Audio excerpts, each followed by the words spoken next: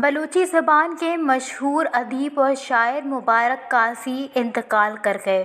مبارک کاظی کے انتقال پر بلوچستان کی اہم شخصیات نے ٹویٹ کر کے اپنے رنج و غم کا اظہار کیا۔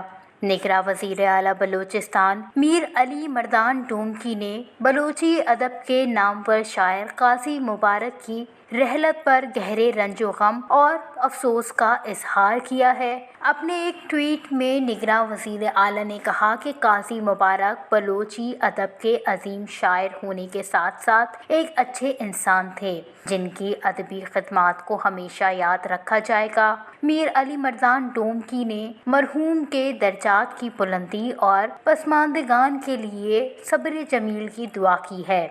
میر حمل کلماتی نے بھی بلوچی زبان کے مشہور شاعر مبارک کاظی کی یاد میں ٹویٹ کرتے ہوئے کہا کہ بلوچی زبان کے عظیم شاعر خواجہ مبارک کاظی کے انتقال کا سن کر انتہائی افسوس ہوا۔ مبارک کاظی کی وفات سے بلوچی شاعری اور ادب کا ایک باب تمام ہوا۔ بلوچی زبان اور ادب میں اس خلا کو پر کرنا مشکل ہی نہیں بلکہ ناممکن ہے۔ اللہ پاک مرحوم کو جنت الفردوس میں اعلیٰ مقام عطا کرے اور پسماندگان کو صبر جمیل عطا فرمائے۔